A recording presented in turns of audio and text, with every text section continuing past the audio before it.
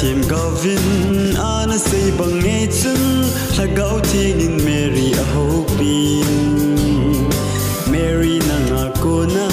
huhing puhong bengding hitsu Emmanuel na sa ding Bethlehem bong ina lal Jisu a pingi ton sinang legay lato dingin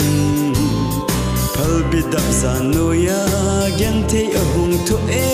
nang leke ngay lu sa lahi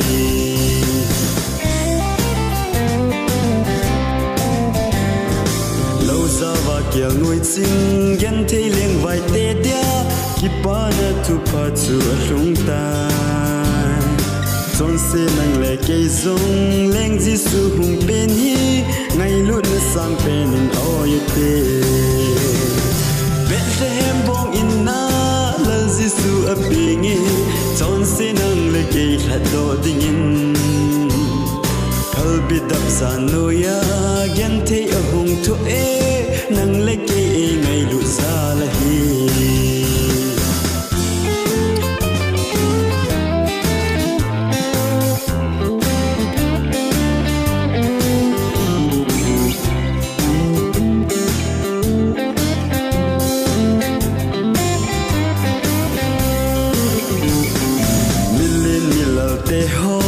sana be gole mor so yin leng Jisu chu ale mui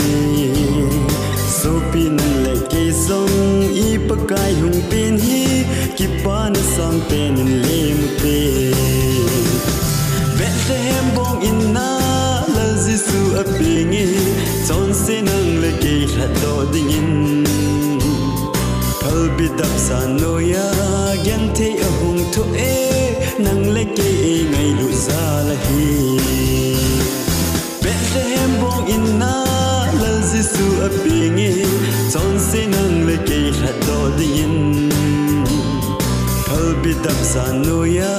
gen thei ahong to